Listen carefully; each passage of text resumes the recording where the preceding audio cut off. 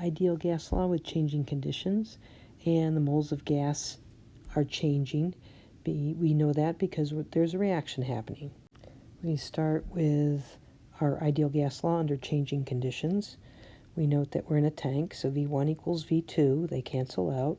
We rewrite this.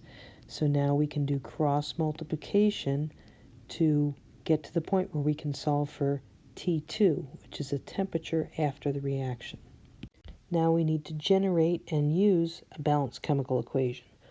We're told in our problem statement, we start with the reactants NO and O2, and we produce NO2.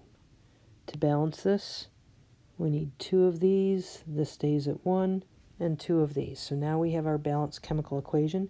We can go on to our Bca table.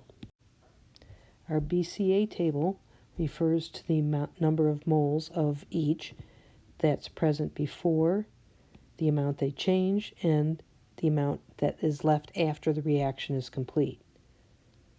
We know we start with 2 moles and 3 moles. Here, NO is our limiting reagent. We're going to lose all of it so that we don't have any left. Now, when we look at O2, we see that for every 2 moles of NO, only 1 mole of O2 is consumed. So we're going to lose 1/2 of 2, or 1 mole of the O2, and then we're going to be left with 2 moles of O2 in excess.